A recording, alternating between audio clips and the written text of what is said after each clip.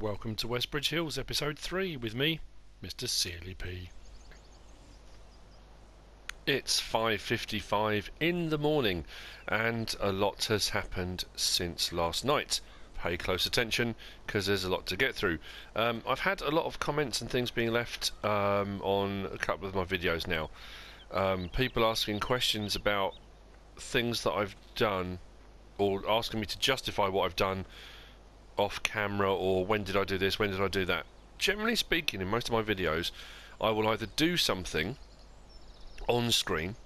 If I do it off screen, I will always say what I did off screen, how I paid for whatever I've done, how, you know, I never just appear on a video having done something and never explain it. I've never done that. All I would say is pay close attention and watch the video. I mean, I have also had quite a few comments left by people saying, why haven't you done this, why haven't you done that, why did you do this, why did you do that, what about so and so? And I message back and say, it's in the video. So it leads me to believe that people are either watching a little bit, a tiny bit at the start or a bit at the end, or skipping through big chunks of it. And if you want to skip through, yeah, by all means. I had a comment left the other day saying, why are you so boring? I don't know why I'm so boring, but as plenty of YouTubers have said now, if you don't like it, don't watch it. If I'm boring, don't watch. I'm not forcing anyone to watch. If you find me boring, don't watch it. If you're not enjoying it, don't watch it. I'm not forcing anyone. You know, I do what I do. I enjoy playing the game, I enjoy doing the videos, I put them out there. If you like them, great. If you don't, there are plenty of other YouTubers out there you can watch. You haven't got to watch mine. You may be offended by that, you may be annoyed or angered by that, but it's a fact. It's, you know, it is what it is. So pay attention, because this is what's going to be happening. I said I was going to buy a barn, and I've had a fiddle around with a few, kind of off screen. What I was quite impressed with, and I might have uninstalled it now, I hope I haven't, was, where is it? Oh, I uninstalled it. It was a new one. It was a barn, a wooden barn. And I was worried about the price of them, because the in-game ones actually are quite expensive. When you kind of go through, you've got the very small ones, 4,000, 9,000, 14,000, then you're up to 20, then 94. I needed a big-ish kind of barn. So when I looked at it, I thought, well, this one, the Beiser, I've had that one before. And that's not a bad size. You can drive in and out in all different directions, which is exactly what I was looking for. Only 6,000.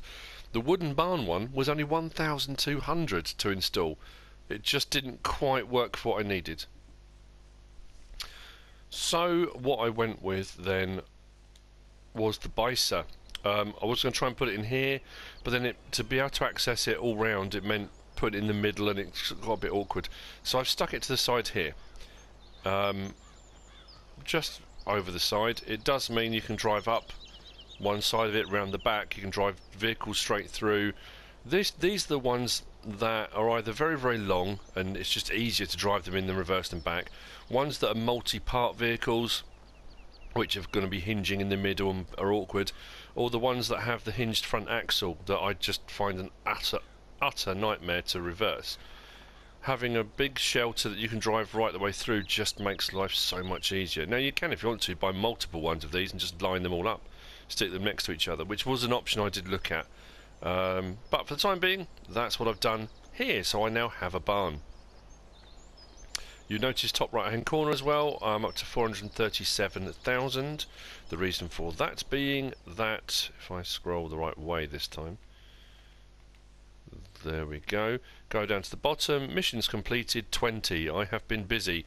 Overnight, got a few more contracts done. I've been trying to do the bigger ones. I didn't post a video yesterday or Monday. I've been doing contracting jobs, and I'll be honest, some of the bigger ones took a long time. And you're getting sort of 30,000 for each one, and they're the big ones that take a while. But it takes a while then to build your money up. So anyway, heading up to the store for what I'm going to do next in this episode. But on the right hand side, I had, or have, culti-ploughed. I have missed a chunk there with the sprayer, I've just noticed. Wonderful. I have seeded with canola, oilseed rape, and once it hit that first growth stage overnight, I have fertiliser sprayed it. I was going to weed it, but it was going to take too long, and it was getting sort of light and that kind of stuff. So, to be fair, I could have left another vehicle doing it, but I wanted to get it done. So that's it. Field 10 is now seeded. That's now on its third fertilising state. That's good to go. Field 16 and 17 are growing nicely, and they're on their last fertilising state. So I can leave these 3 fields now until they're ready for harvesting. So, to the store. Now I've got grass bales. No, I haven't. I've got straw bales. I need hay bales. If I'm going to be making power food for cows, I'm going to need straw. Not straw, hay. What is the matter with me? Hay bales. And for those of you that know me, you know the kind of setup, or if you've watched enough of my Let's Plays, you know the setup I like for mowing. Generally speaking, for mowing, I will go with the Novacat 301, the Novacat X8ED, have those both on the front, and then I will have a windrower or a tedder or something on the back, because it's quick, it's easy to do, and you fly through it. And that's something I've done quite a lot. These two combined give you, well, it will give you a width of 8.4 meters, obviously, because you've got that one does the middle section, that's 8.4 wide, that does the bit that misses, so 8.4 meters. If you do the Lely setup, you can only have that front and that one rear. You can combine other ones together, which is fine.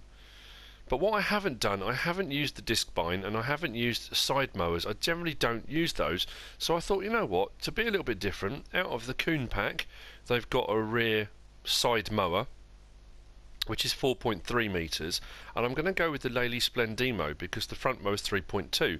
So together, it's not going to be quite that, but 3.2 and 4.3 gives me 7.5, roughly. Might be a little bit narrower than that. If I have the Splendimo, which is 9, or that one, which is 8.4, I'm actually not that far off the width of the double mower. So I'm going to go with this one. I don't know to lease or buy, in case at some point I decide to go to the other setup. You know, I'm going to buy it. Or am I? Oh, it's a big decision. You know what? I'm going to lease it to start off with and see if it works. If it works, okay. Lease that. Actually, I should have bought that because I wanted it. Anyway, it doesn't matter. Never mind. So, I'm going to run the mowers like this. That on the front, this on the back. And I'm going to do them in separate sections this time. So rather than mowing and tedding at the same time, or mowing and windrowing at the same time, I'm going to mow, then I'm going to windrow or tedder, depending on what I want to do. Well, I want to make hay bales, so it's going to be teddering next. And I just think, you know, I don't often do it in separate stages, and it's more realistic. It's how it would be done in the real world. Generally speaking, you wouldn't have massive mowers on the front, 3 sets, and then something else on the back.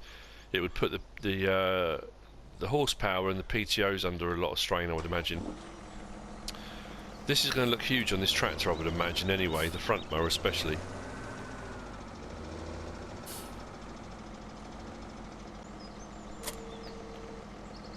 It's not too bad, I suppose.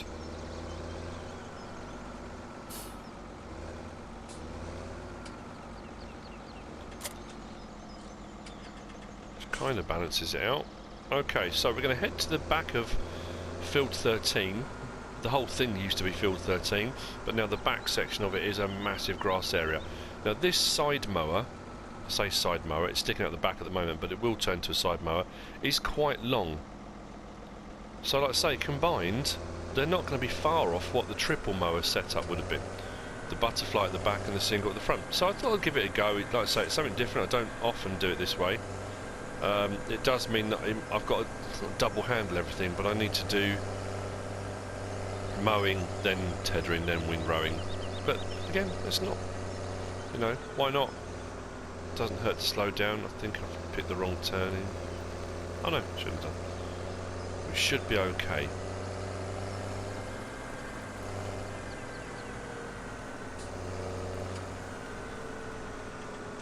So, from about here really.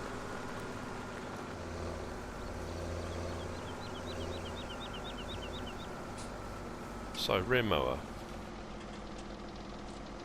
Now this will only switch this side. I'm pretty sure, unlike the disc bind where you can switch it side to side, this will only open out that side. Then switch to the front. Let's open that. Turn the front on. Well, you can see properly under there, but... okay. Let's drop the front one. Actually, drop the rear one first. Front one, drop that. Let's see how we get on.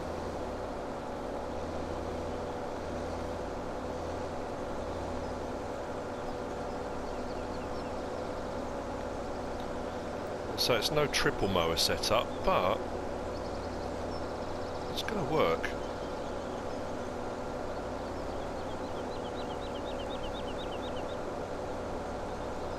It's probably quite hard to see actually, but the grass colours don't seem to be much different. So, there we go. We are working. We are cutting. There's a bit of a ridge here.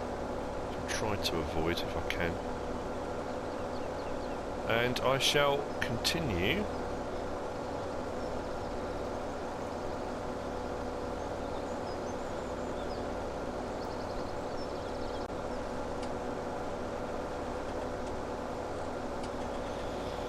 I will probably come over and do this last little bit here. I was just trying to turn, but we need to mow this entire field.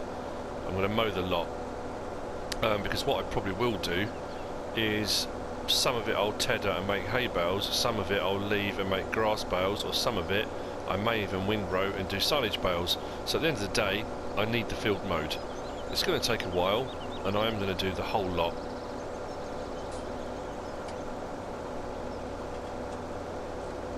I actually have noticed well with this setup, when you turn a corner it doesn't seem to miss any. I always used to find with the butterfly mowers as well it would miss sections sometimes, but this seems to be working alright.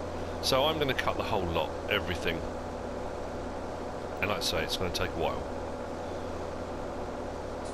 This is not going to be a whole episode of me just mowing a field. I mean, it might be.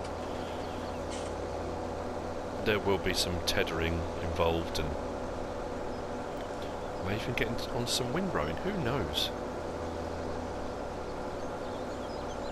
I was asked a question the other day about why I do certain things a certain way. Had I thought about doing something? Yeah, I think the question was, had you thought about blah blah blah? And I think my reply was, there is an assumption on your part that I am actually thinking about what I'm doing ahead. Generally I do think ahead for an episode and think, oh, I'm going to do this, I'm going to do that, but it's just a very vague idea of what I'm going to do. What I end up doing is often slightly different to how I thought in my head it would work, or I go off on a tangent and do something completely different, or depending on prices and things growing. So the episode can often turn out vastly different to how I thought in my head it would be in the first place. So yeah, there is an assumption that I am actually kind of planning ahead.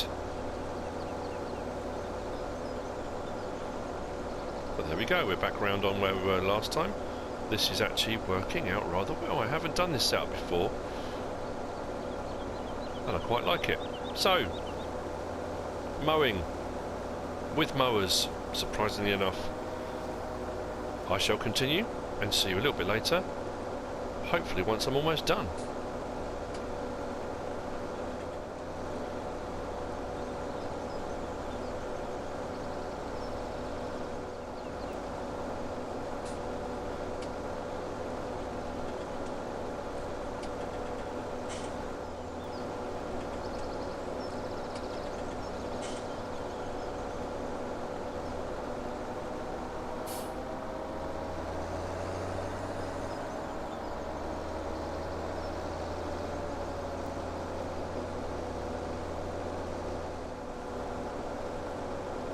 I seriously underestimated the size of this field. That's taken me far longer than I thought it would have done.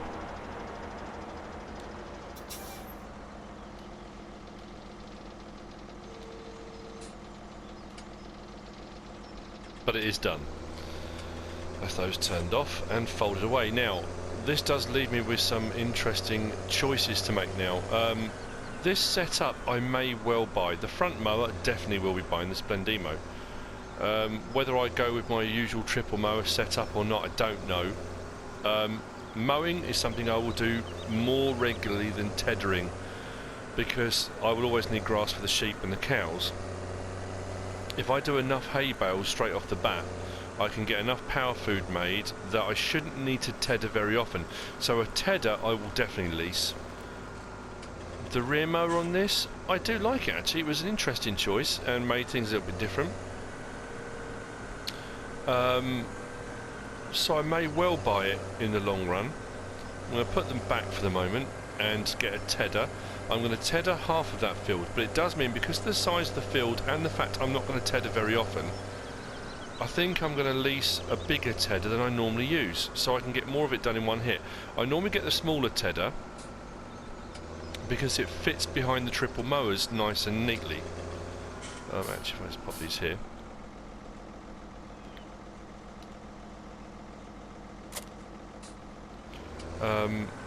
But because I'm not running it behind a set of mowers, I can get any size tedder I want. So I'm going to lease one. Now, again, you may be against leasing, you may not like it. No. Just drop it off. Brilliant. Okay. Yeah, you may not like leasing of equipment. Realistically, it's what people do.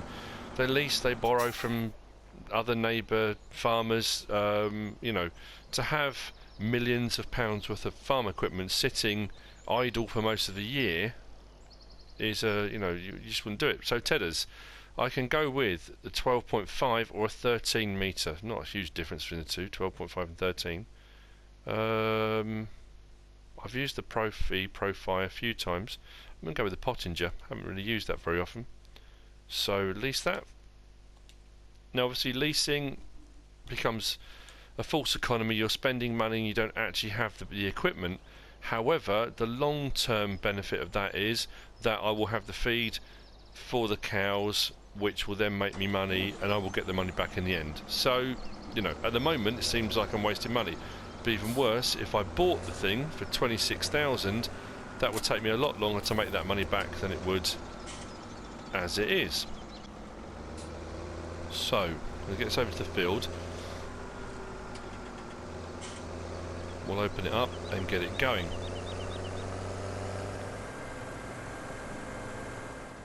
So I'm thinking, if I tedder from here, I'm about halfway across the field.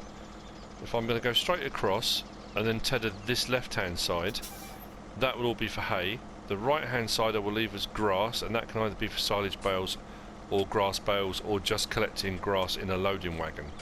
So first things first then, let's open this up.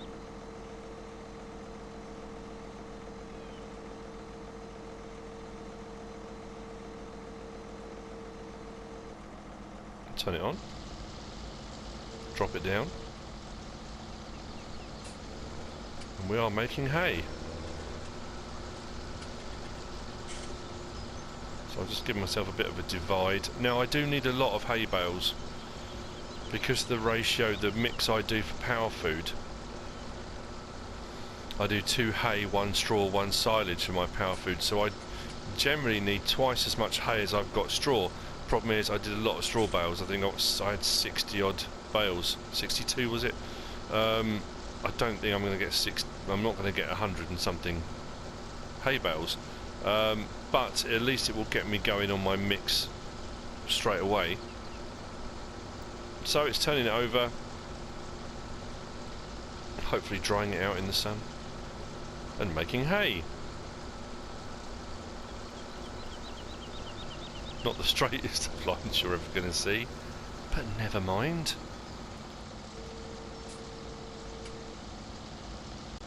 Spin this round.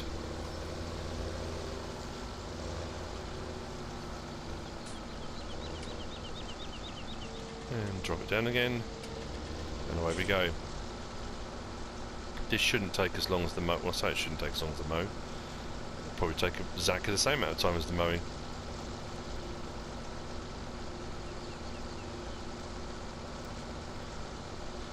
Make hay while the sun shines.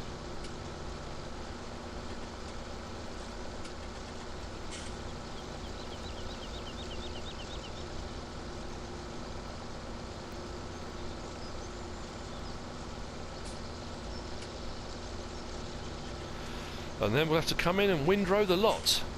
Now, I was going to use the Kuhn pack windrower, and that again may be something I'll do later down the line. I'll lease it to use with other equipment, but because it's such a big field, I've got a lot of it to windrow.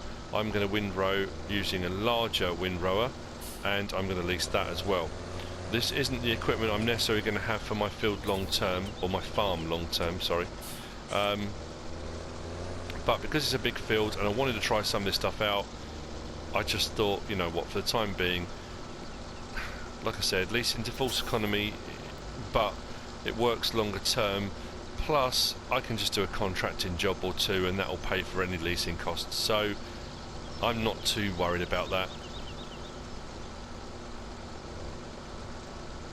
Now, I tried to get as close to field 13 as possible, however, you don't own this field, which is a bit annoying because it's allowed me to cut most of that. Let me just try and get the tedder over a little bit. Seriously, it let me cut it, but it's not going to let me tedder it. You've got to be joking. Okay, that's weird. Never mind. Okay. Well, there you go. These field owners, they can be really touchy, can't they? See you in a bit.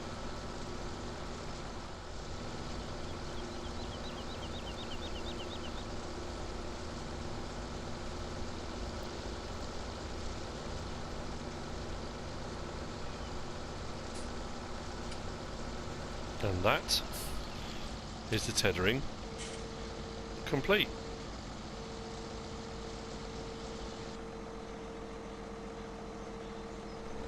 Half the field tethered. Tedded. I always say tethered. Tedded. Yeah, I'm never quite sure. I'll cut through this way. So windrowing is next. Windrowing everything. The whole field. The grass side and the hay side.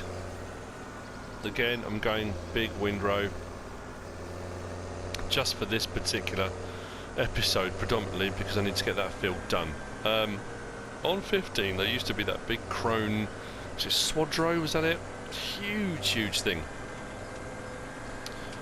We haven't got that on 17, but I think we have got, there are some big windrowers. Windrowers.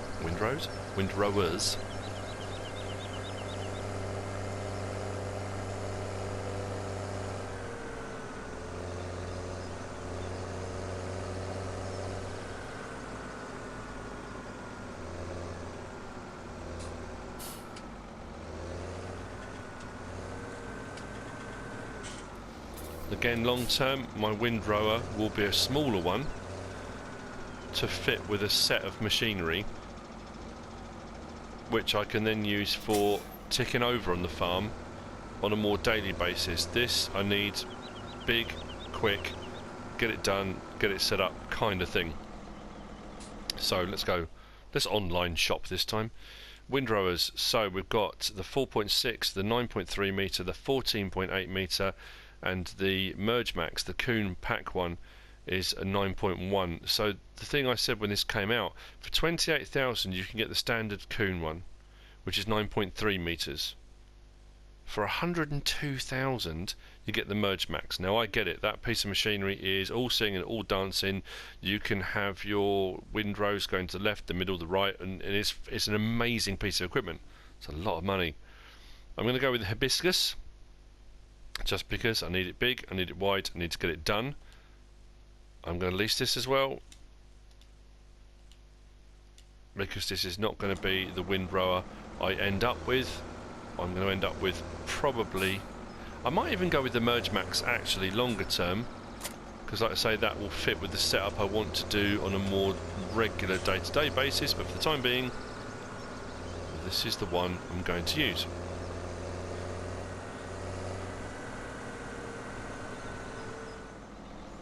This is going to be a slightly trickier proposition, at least for the first windrow, because I'm going to try and separate the hay part of the field to the grass part which means I'm going to be a little bit slower going down this edge, so I hopefully just get the hay and not the grass as well. Once I've done that, it'll be okay after that. So, like I say, there have been much wider ones in game before. Let's drop those down. See if I can just pick up the straw, which is the hay, which is what I'm kind of aiming for. If I can, just pick up that. There we go. Don't really want to mix any grass in with it, if at all possible. But I'm sure it will still pick it up when even if it does. The baler's pretty good for that kind of thing, as long as it's predominantly one thing.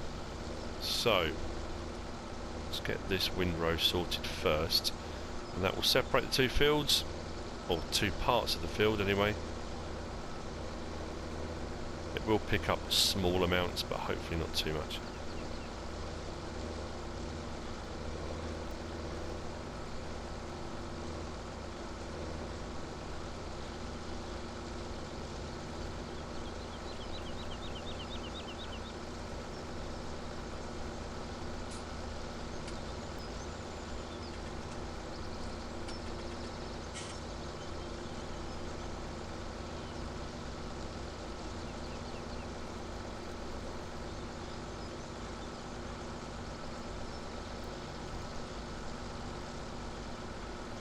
Not quite sure how I end up doing it like that, but come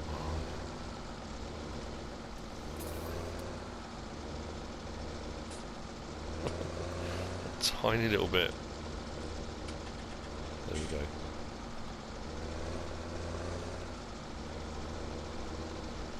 If I catch a bit of grass, not too much of a problem. So let's just lift up a second. Hopefully I won't catch any grass in this. What will probably happen is, if there is any grass caught up in it, when I go along and do a hay bale, it will leave the grass bit behind. So I'm going to do a kind of headland pass across the top now, and then I will carry on windrowing the hay, then I'll come back and do the grass. But that's not too bad. It has separated.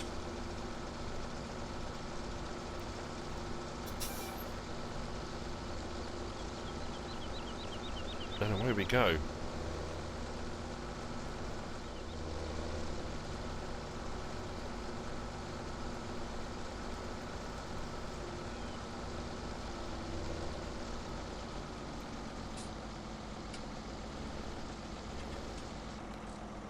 Right, well that's the hay side of things done. Whoops. This does not want to turn properly, is it? What the? Okay. I'll try that again. Right, that's the hay side of things done. On to the grass.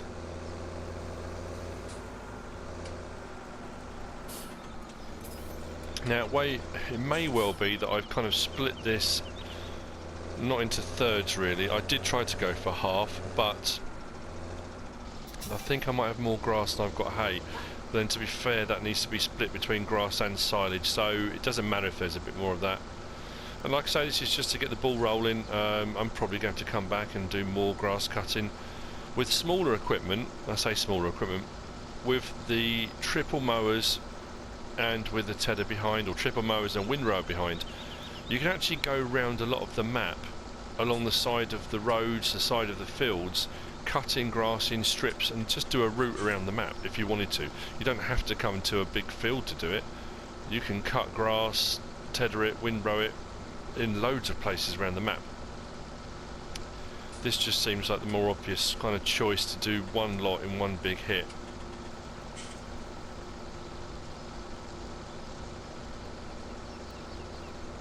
Now, over some of these mounds and undulations, it's going to prove a little bit harder.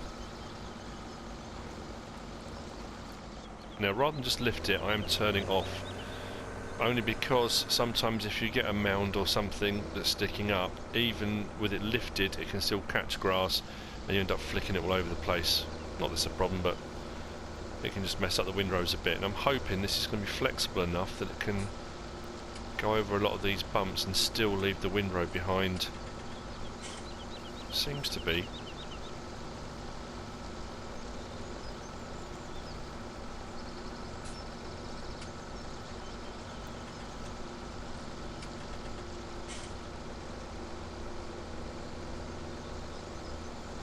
This is where it might get a little bit more challenging, I think. As long as I don't windrow some people.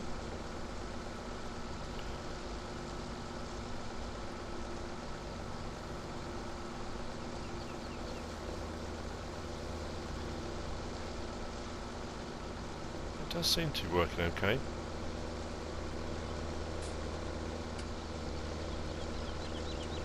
So the grass will continue, and I'll windrow this up then.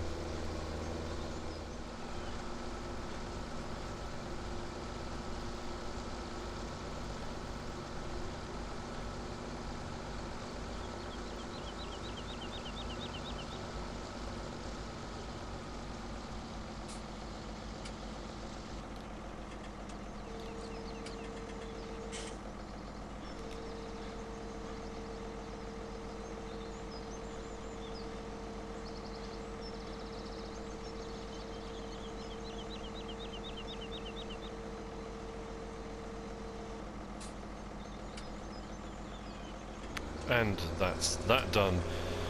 So all the grass is windrowed, all the hay is windrowed. It will be a case of all the baling and then collecting and moving and getting it ready for whatever I need to do next. I'll take this back, put it at the store.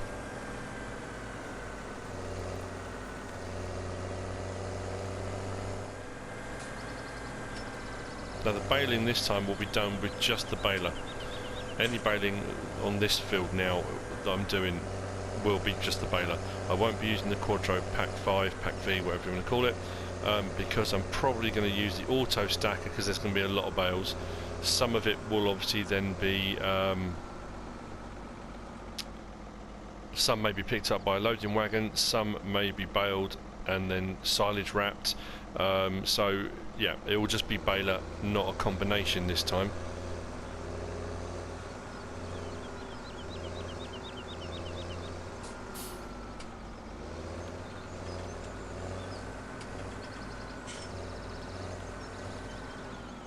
Just pop that there for the time being. Okay. Wow, that took a while. And in taking a while, looking at my fields on growth, fields 16 and 17 down here are on their final growth stage, but because I've got that weird anomaly, that part of the field 16 is one growth stage ahead of the rest for some reason, and I think it was explained to me in that when I was seeding, because the growth stages go in cycles of so many hours, if I started seeding and it went over into the next section, that's registering as being in one growth stage and the rest of the field is registering as being in another growth stage. So it's just one of those things. It was just an error in timing. Okay, so before I take the baler over to the top of field 13 and start baling everything up, I've brought the straw bales over, dropped some with the cows and some here for bedding, and I've been asked a couple of questions actually regarding this over the last 24 hours. The bales normally will go into a bale shredder, or if you're lucky you can put them over the rail. However, on Westbridge Hills at the moment there doesn't appear to be a point for bales for bedding. However, thanks to Mark M79, apparently if you put straw into a loading wagon, which isn't going to help at the moment with the bales, but if I do another field and get the straw swath and put it into a loading wagon, if you back the loading wagon into the buy sell point for the pigs, you can unload it into here from this point, as far as I'm aware. I haven't tried it myself, but I trust Mark. I'm sure it will be fine. So if you're not at all sure, that's where you should try it. That's not to say Giants won't do an update. I'm sure there will be one. Just when I get to a point where I'm so far into the map, it will be frustrating. But anyway, that said, that is the end of this episode. Off screen I will probably start baling over the top end over there, and then I have to sort out moving the bales and all that kind of thing as well before I even consider buying any animals. There'll be more contracting and things like that as well. But anyway, I hope you've enjoyed the episode. If you have, give us a like. If you don't subscribe yet, please do. If you want to leave a comment, feel free, and if you want to share the video, please be my guest. Whatever you should choose to do. Thanks for watching.